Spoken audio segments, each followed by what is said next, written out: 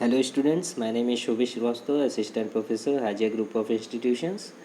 आज हम डिस्कस करेंगे फार्मास्यूटिकल इन ऑर्गेनिक केमिस्ट्री के यूनिट फर्स्ट के topics limit test of iron, arsenic, lead and heavy metals. So सबसे पहले हम देखते हैं लिमिट टेस्ट ऑफ आयरन। जैसे कि लिमिट टेस्ट के बारे में हमने पहले भी डिस्कस किया था। लिमिट टेस्ट हम करते हैं किसी एक पर्टिकुलर ड्रग का, जिसमें कि हम ये चेक करेंगे कि आयरन की इम्प्योरिटी प्रेजेंट है कि नहीं प्रेजेंट है। प्रेजेंट है तो उसकी क्वांटिटी को हम आइडेंटिफाई करेंगे कि कितनी प्रेजेंट है, वो लिमिट से ज़्यादा है या लिमिट से कम है।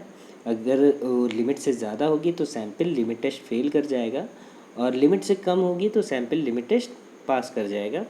जो प्रिंसिपल बेसिकली इन्वॉल्व होता है लिमिट टेस्ट ऑफ आयरन में, वो हम समझने की कोशिश करते हैं रिएक्शन के थ्रू। सबसे पहले हम रिएक्शन देखते हैं।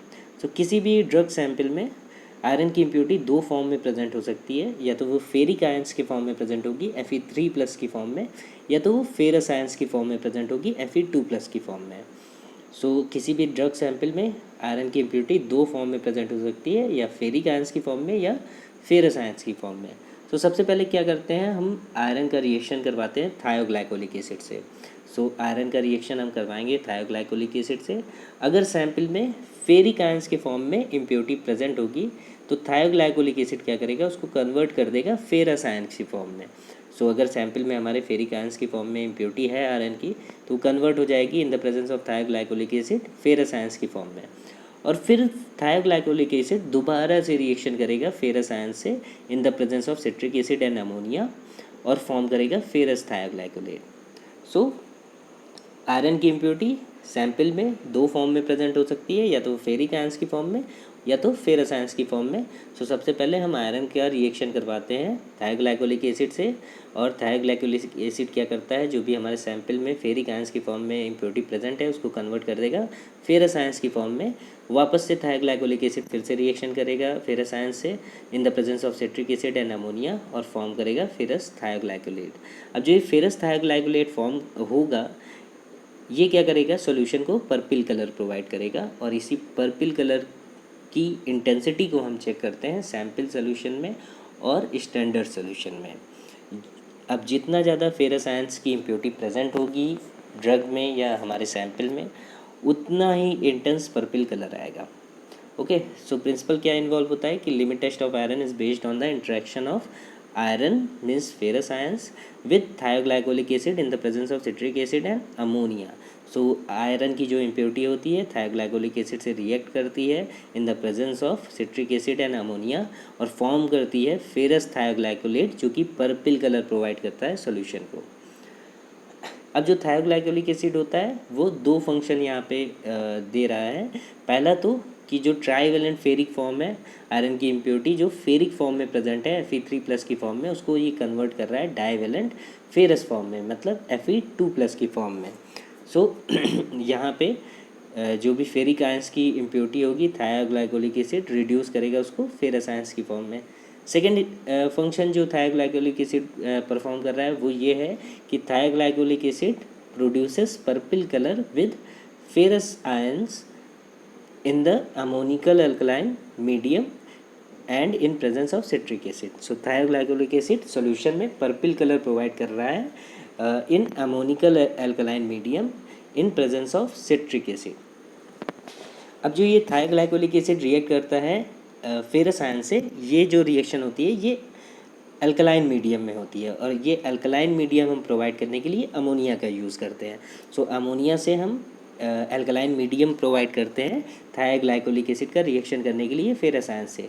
बट अमोनिया जो होता है ये क्या करता है कि ये फेरस के आयंस के साथ खुद ही रिएक्ट करने लगता है और प्रेसिपिटेट फॉर्म करने लगता है। अब इस प्रेसिपिटेट को रोकने के लिए हम सिट्रिक एसिड का यूज़ करते हैं। सिट्रिक एसिड का फंक्शन यहाँ क्या होता है कि citric acid prevents precipitation of iron with ammonia as iron hydroxide. जो प्रेसिपिटेशन हो रहा था आयरन का अमोनिया के साथ, उसको सिट्रिक एसिड रोकता है और सॉल्यूशन में आयरन की इम्प्योरिटी को रहने देता है, कॉम्प्लेक्स फॉर्म कर लेता है आयरन की इम्प्योरिटी के साथ, और ताकि आयरन की इम्प्योरिटी सॉल्यूशन में बनी रहे, वो अमोनिया के साथ प्रेसिपिटेट ना हो।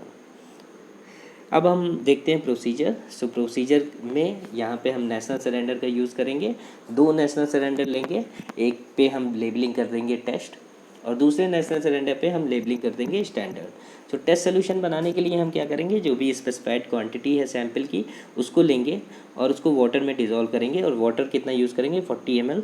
सो जो भी स्पेसिफाइड क्वांटिटी है ड्रग की उसको हम 40 ml वाटर में डिज़ोल्व करके जिस नेशनल सरेंडर पे हमने टेस्ट की लेबलिंग की है उसमें रख देंगे।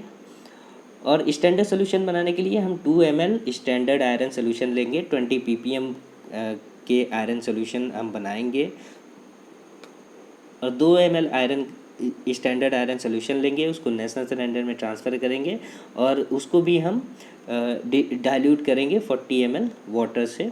सो टोटल वॉल्यूम मेकअप करेंगे 40 ml तक। अब दोनों ही नेशनल सरेंडर में फिर हम क्या करेंगे, 2 ml of 20% weight by volume citric acid हम ऐड करेंगे, जो कि आयरन फ्री होना चाहिए। मीन्स जो भी हम केमिकल्स यूज़ करेंगे, जो भी रिएजेंट यूज़ करेंगे वो आयरन फ्री होने चाहिए, क्योंकि हम आयरन का लिमिट टेस्ट ही परफॉर्म कर रहे हैं। सो नेक्स्ट स्टेप में हम क्या करते हैं, टेस्ट में भी और स्टैंडर्ड में भी 2 ml 20% weight by volume citric acid हम ऐड करेंगे। उसके बाद फिर ऐड करेंगे हम 0.1 ml of thioglycolic acid. Third step में हम थायोग्लाइकोलिक एसिड ऐड करेंगे। फोर्थ स्टेप में हम क्या करेंगे, add ammonia to make solution alkaline. और उसके बाद फिर हम अमोनिया तब तक उस सोल्यूशन में डालते रहेंगे जब तक सोल्यूशन अल्कलाइन नहीं हो जाएगा, उसको हम चेक करते रहेंगे पीएच पेपर से। और अल्कलाइन होने के बाद हम वॉल्यूम मेकअप कर देंगे 50 ml का। उसके बाद फिर हम उसको ग्लास रॉड से मिक्स करेंगे सॉल्यूशन को और उसको 5 मिनट के लिए रख देंगे। 5 मिनट के लिए हम रख देंगे। उसके बाद जो कलर आएगा उसकी इंटेंसिटी को हम चेक करेंगे, कि कंपेयर करेंगे कि स्टैंडर्ड में ज़्यादा कलर आया है या टेस्ट सैंपल में ज़्यादा कलर आया है।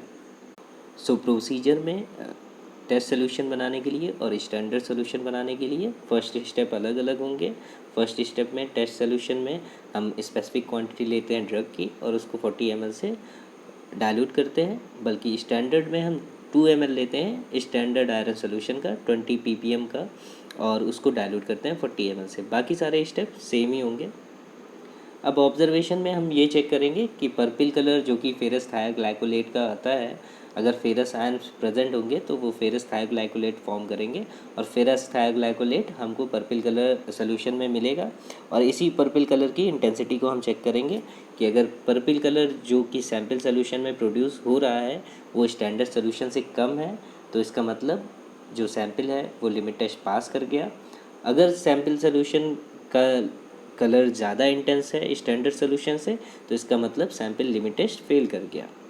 Next is limit test of arsenic, जिसको हम गटजेट टेस्ट भी बोलते हैं। सो आर्सेनिक हमारी बॉडी में या बायोलॉजिकल सिस्टम में जा करके टॉक्सिसिटी कॉज करती है। जो बहुत सारे फार्मास्यूटिकल प्रोडक्ट्स होते हैं या जो ड्रग्स होते हैं जिनको हम यूज़ करते हैं, उनमें किसी भी प्रकार की आर्सेनिक का होना उचित नहीं माना जाता।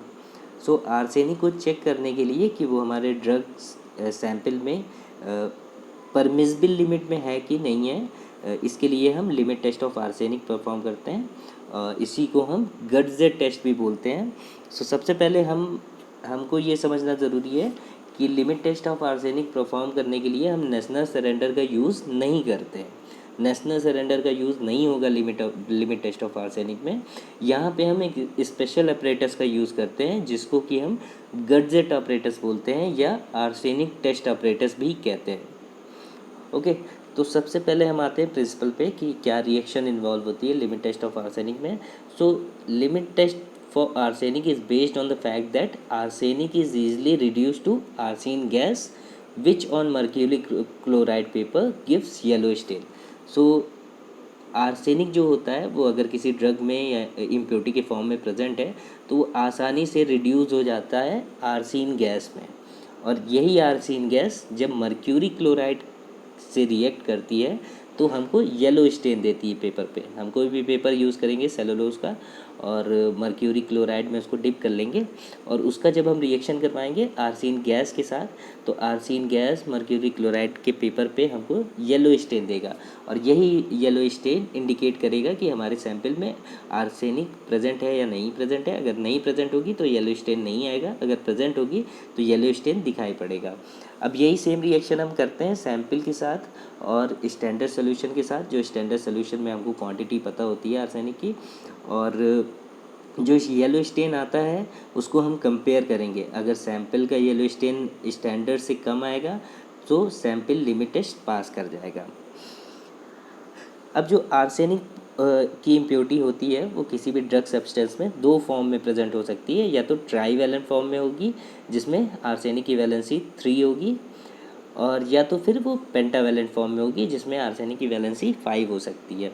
सो आर्सेनिक की इम्प्योरिटी किसी भी ड्रग सब्सटेंस में, किसी भी ड्रग सैंपल में जिसमें हमको टेस्ट करना है वो दो फॉर्म में हो सकती है, या तो ट्राईवैलेंट फॉर्म में या तो पेंटावैलेंट फॉर्म में। तो सबसे पहले हम क्या करते हैं कि जो आर्सेनिक होती है, जो हमारा सैंपल होता है उसका रिएक्शन करवाते हैं HCl के साथ, मतलब किसी एसिड के साथ हम रिएक्शन करवाएंगे। तो ट्राईवैलेंट जो आर्सेनिक होती है वो एसिड के साथ रिएक्ट जब करती है तो वो आर्सेनियस एसिड फॉर्म करती है। सो आर्सेनियस एसिड का फॉर्मूला होता है H3AsO3। सो जब भी अगर ट्राईवैलेंट आर्सेनिक प्रेजेंट होगी सो HCl से हम उसका रिएक्शन करवाएंगे। आगे चल के हम प्रोसीजर में देखेंगे भी कि एसिड का हम यूज़ करते हैं। तो ट्राईवैलेंट जो आर्सेनिक होगी वो HCl के साथ रिएक्ट करके आर्सेनियस एसिड फॉर्म करेगी जिसका फार्मूला होता है H3AsO3। अगर आर्सेनिक की इम्प्योरिटी पेंटावैलेंट की फॉर्म में है, मतलब As5+5, तो वो रिएक्शन करेगी HCl से और आर्सेनिक एसिड बनाएगी। ट्राईवैलेंट आर्सेनियस एसिड बना रहा था और पेंटावैलेंट क्या करेगा, वो आर्सेनिक एसिड बनाएगा। यहाँ पे इसका फॉर्मूला है H3AsO4। तो यहाँ पे पेंटावैलेंट आर्सेनिक की इम्प्योरिटी आर्सेनिक एसिड फॉर्म कर रही है एसिड के साथ, जिसका फॉर्मूला है H3AsO4। अब क्या होता है कि the solution is treated with reducing agent. उसके बाद फिर हम रिड्यूसिंग एजेंट का यूज़ करेंगे स्टेनस क्लोराइड का SnCl2, जो कि कन्वर्ट करेगा पेंटावैलेंट आर्सेनिक एसिड को इनटू ट्राईवैलेंट आर्सेनिक एसिड। सो जो भी हमारी आर्सेनिक की इम्प्योरिटी होगी वो ज़्यादातर तो ट्राईवैलेंट के फॉर्म में ही प्रेजेंट होती है, बट अगर वो पेंटावैलेंट के फॉर्म में प्रेजेंट है तो स्टेनस क्लोराइड उसको रिड्यूस करेगा और पेंटावैलेंट फॉर्म से वो ट्राईवैलेंट फॉर्म में लेके आएगा। अब ये हो गया हमारा आर्सेनिक एसिड, और जो कि पेंटावैलेंट फॉर्म में है स्टेनस क्लोराइड के साथ हम इसका रिडक्शन करवाएंगे तो ये आर्सेनियस एसिड के फॉर्म में कन्वर्ट हो जाएगा H3AsO3 के फॉर्म में। अब नेक्स्ट स्टेप में क्या होगा, जो arsenious acid is then converted into gaseous arsenious hydride, जिसको कि हम आर्सेन गैस भी बोलते हैं, with the help of nascent hydrogen which is produced by Zn+HCl। यहाँ पे हम क्या होता है, जो आर्सेनियस एसिड फॉर्म होता है वो उसका हम रिएक्शन करवाते हैं नेसेंट हाइड्रोजन से। अब ये नेसेंट हाइड्रोजन कहाँ से आएगी, यहाँ पे हम जिंक और हाइड्रोक्लोरिक एसिड का यूज़ करते हैं। तो जिंक और हाइड्रोलिक जो ग्रैनुलेटेड जिंक का यूज़ करते हैं। अब जो ग्रैनुलेटेड जिंक होती है वो HCl के साथ रिएक्ट करके ZnCl2 फॉर्म करती है, प्लस साथ साथ हाइड्रोजन भी बनाती है। तो ये हाइड्रोजन गैस जो निकलेगी वो रिएक्ट करेगी आर्सेनियस एसिड से, और ये आर्सेनियस एसिड क्या फॉर्म करेगा, आर्सेन गैस फॉर्म करेगा, प्लस वाटर के मॉलिक्यूल बन जाएंगे। सो फाइनली क्या हो रहा है कि आर्सेनियस एसिड आर्सेन गैस फॉर्म कर रही है इन the presence of hydrogen gas. अब ये आर्सेनियस गैस जो होती है ये ट्यूब के थ्रू जाके रिएक्ट करेगी मर्क्यूरी क्लोराइड के पेपर से। ये अभी हम प्रोसीजर में देखेंगे या अपरेटस में अभी हमको ये चीज़ क्लियर हो जाएगी कि मर्क्यूरी क्लोराइड पेपर से कैसे रिएक्ट होती है। सो ये लास्ट में आर्सेन गैस जो है वो मर्क्यूरी क्लोराइड के पेपर से रिएक्ट करेगी। मर्क्यूरी क्लोराइड जिस पे लगा होगा, जिस पेपर पे कोई भी सेलुलोज का पेपर होगा, उसको मर्क्यूरी क्लोराइड में डिप करके हम उसका रिएक्शन करवाएंगे आर्सेन गैस से। सो आर्सेन गैस मर्क्यूरी क्लोराइड के पेपर से रिएक्ट करेगी और एक कॉम्प्लेक्स का फॉर्मेशन करेगी HgAsH2 और दूसरी तरफ भी ASH2 लगा हुआ है, तो ये कॉम्प्लेक्स का फॉर्मेशन होगा प्लस 2HCl, जो कि येलो कलर का कॉम्प्लेक्स होगा। अब यही जो येलो कलर का फॉर्मेशन होता है, येलो कलर का जो स्टेन आता है पेपर पे, मर्क्यूरी क्लोराइड के पेपर पे, इसी कलर की इंटेंसिटी हम चेक करते हैं। और जो इसकी इंटेंसिटी होती है वो प्रोपोर्शनल होती है क्वांटिटी ऑफ आर्सेनिक। जितना ज़्यादा आर्सेनिक की क्वांटिटी प्रेजेंट होगी सैंपल में, उतना ही इंटेंस कलर आएगा येलो, उतना ही इंटेंस येलो कलर का स्टेन आएगा पेपर पे। अब इन द सेम मैनर हम स्टैंडर्ड के लिए भी हम परफॉर्म करेंगे, स्टैंडर्ड सोल्यूशन के लिए भी यहाँ पे हम सेपरेटली एक दूसरा एपरेटस लेंगे और उसमें सेम प्रोसीजर परफॉर्म करेंगे। और उसके बाद दोनों पेपर पे हम स्टेन्स जो आएंगे येलो कलर के, उसकी इंटेंसिटी चेक करेंगे कि किस में ज़्यादा इंटेंस कलर आया है। अगर इंटेंसिटी ऑफ स्टेन मतलब टेस्ट की इंटेंसिटी ज़्यादा होगी इंटेंसिटी ऑफ स्टैंडर्ड से, तो सैंपल जो है ज़्यादा आर्सेनिक कंटेन करता है, मतलब लिमिट से ज़्यादा आर्सेनिक कंटेन करता है। अब जो एपरेटस हम यूज़ करते हैं लिमिट टेस्ट ऑफ आर्सेनिक के लिए, उसको गटजेट एपरेटस या आर्सेनिक टेस्ट एपरेटस भी बोलते हैं। कुछ इस तरीके का होता है। अब यहाँ पे नीचे की साइड बॉटल होती है और इस बॉटल से एक ग्लास की हॉलो ट्यूब जो है वो अटैच रहती है, जिसको कि रबर स्टॉपर से लगा के रखते हैं। और ये ट्यूब जो है आगे जाके ब्लॉक हो रही है कॉटन लेड एसीटेट के कॉटन से। ये अभी हम देखते हैं कि क्यों, आगे चल के हम बताते हैं क्यों लेड एसीटेट का कॉटन हम यूज़ करते हैं। बट नीचे के साइड यहाँ पे इस ट्यूब में होल है, यहाँ पे 2 होल है, एक साइड होल है, एक ड्रॉन एंड है नीचे के साइड। और ये ट्यूब आगे जाके ब्लॉक है लेड एसीटेट के कॉटन से। और यहाँ पे जो खाली स्पेस है ऊपर के साइड, यहाँ पे मर्क्यूरी क्लोराइड का पेपर यहाँ पे हम रखते हैं, जो खाली स्पेस है यहाँ पे। अब जो ये अपरेटस होता है इसके बारे में थोड़ा सा जान लेते हैं। जो ये बॉटल होती है इसकी कैपेसिटी अबाउट 120 ml होती है। और ये जो ग्लास की ट्यूब है इसकी लेंथ 200 मिलीमीटर होती है, 200 mm। और इसका जो आउटर डायमीटर होता है इस ग्लास की रॉड का, वो 8 मिलीमीटर डायमीटर होता है इसके आउटर ग्लास की आउटर डायमीटर। और जो इनर डायमीटर होता है, क्योंकि ग्लास से बना हुआ है तो ग्लास भी थोड़ा स्पेस ले लेगा, तो इनर का जो डायमीटर होता है वो 6.5 mm होता है। अच्छा, जो ये साइड होल होता है नीचे की साइड इस ग्लास ट्यूब में, वो 2 mm का होता है, एग्जैक्टली 2 mm का। और जो ये ड्रॉन एंड होता है, मतलब नीचे की साइड से जो ये खुला रहता है, ये एंड 1 mm का होता है। अब क्या होता है कि जैसे यहाँ पे हमने जो रिएक्शन में देखा था कि आर्सेन गैस फॉर्म करती है, आर्सेन गैस बनती है जब आर्सेनियस एसिड नेसेंट हाइड्रोजन से रिएक्ट करता है, तो ASH3 बनाता है आर्सेन गैस। अब ये आर्सेन गैस इसी होल से होते हुए, साइड होल और ड्रॉन एंड से होते हुए, ये कॉटन ये लेड एसीटेट के कॉटन को क्रॉस करते हुए मर्क्यूरी क्लोराइड के पेपर पे जाती है। एक पेपर हम यूज़ करते हैं जिसको मर्क्यूरी क्लोराइड में हम डिप करके पेपर यहाँ पे रख देते हैं। और इसी पेपर पे ये आर्सेन गैस यहाँ पे जब मर्क्यूरी क्लोराइड से रिएक्ट करती है तो येलो स्पॉट देती है।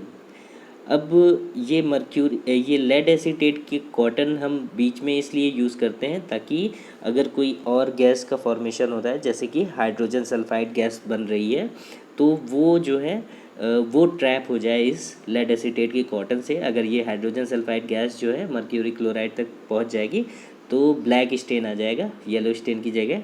तो इस वजह से जो हाइड्रोजन सल्फाइड की गैस या कोई और गैस फॉर्म हो रही है, तो लेड एसीटेट का कॉटन क्या करे, उसको ट्रैप कर ले और आगे ना जाने दे मर्क्यूरी क्लोराइड तक। आर्सेन गैस यहाँ पे आराम से लेड एसीटेट के कॉटन को क्रॉस करके मर्क्यूरी क्लोराइड के पेपर पे जा सकती है। सो ये अब जो है हम प्रोसीजर पे आते हैं। तो प्रोसीजर में the solution of test sample is prepared in acid HCl। यहाँ पे हम टेस्ट सोल्यूशन बनाएंगे, स्पेसिफाइड क्वांटिटी ऑफ सैम्पल लेंगे, उसको थोड़ा सा एसिड में डालेंगे और स्टेनलेस क्लोराइड का यूज़ करेंगे और उसको वाइड माउथ बॉटल में रख देंगे, मतलब कि इस बॉटल में नीचे हम रख देंगे। और उसके बाद फिर टू दिस हम क्या ऐड करेंगे, 1 ग्राम पोटेशियम आयोडाइड ऐड करेंगे, AST। अब पोटेशियम आयोडाइड हम क्यों ऐड करते हैं वो हम आगे बताते हैं। AST का मतलब क्या होता है कि जो भी हम रिएजेंट यूज़ करते हैं वो फ्री फ्रॉम आर्सेनिक होगा, मतलब जो पोटेशियम आयोडाइड हम यूज़ करेंगे वो आर्सेनिक फ्री होगा। प्लस तो 1 ग्राम हम पोटेशियम आयोडाइड यूज़ करेंगे और उसके बाद 10 gram of granulated zinc add करेंगे। अब ग्रैनुलेटेड जिंक का यूज़ हम क्यों करते हैं, क्योंकि ग्रैनुलेटेड जिंक सरफेस एरिया बढ़ जाता है यहाँ पे जिंक का, तो जिंक जो है आसानी से एसिड के साथ रिएक्ट करके नेसेंट हाइड्रोजन बना सकता है, हाइड्रोजन गैस का फॉर्मेशन कर सकता है। जो ग्रैनुलेटेड जिंक होगी वो भी AST होगी, मतलब उसमें आर्सेनिक की इम्प्योरिटी नहीं प्रेजेंट होनी चाहिए।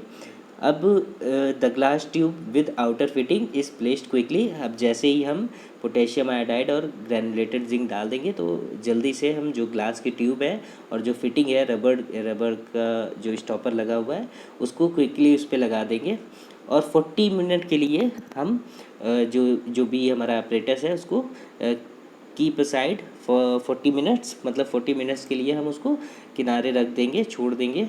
और उसके बाद फिर जो येलो स्टेन आएगा मर्क्यूरी क्लोराइड के पेपर पे, अगर आर्सेनिक प्रेजेंट होगी तो येलो स्टेन आएगा मर्क्यूरी क्लोराइड के पेपर पे, उसको हम कंपेयर करेंगे। ऐसे ही हम स्टैंडर्ड आर्सेनिक का स्टेन भी देखेंगे। यहाँ पे हम डे लाइट में कंपेयर करेंगे स्टैंडर्ड स्टेन जो प्रोड्यूस होगा और जो टेस्ट स्टेन प्रोड्यूस होगा। स्टैंडर्ड सोल्यूशन बनाने के लिए हम सोल्यूशन का यूज़ करते हैं, यहाँ आर्सेनिक ट्राई ऑक्साइड का यूज़ करेंगे। 1.3 mg इन 100 ml में हम आर्सेनिक ट्राई ऑक्साइड का स्टैंडर्ड सोल्यूशन बनाएंगे ताकि हमको डाइल्यूट स्टैंडर्ड सोल्यूशन मिल सके आर्सेनिक का। लास्ट में नोट ये है कि जो भी रिएजेंट हम यूज़ करेंगे completely free from arsenic impurities होनी चाहिए। तो ये मार्केटेड होते हैं, जैसे हम पोटेशियम आयोडाइड का यूज़ कर रहे हैं या ग्रैनुलेटेड जिंक का यूज़ कर रहे हैं तो ये फ्री फ्रॉम आर्सेनिक इम्प्योरिटी होनी चाहिए। ये मार्केट में आते हैं, उस पर लिखा रहता है AST का मतलब होता है कि free from arsenic impurity. Second thing, जो पोटेशियम आयोडाइड होता है ये हेल्प करता है स्टेनस क्लोराइड का to reduce pentavalent arsenic acid into trivalent arsenic acid.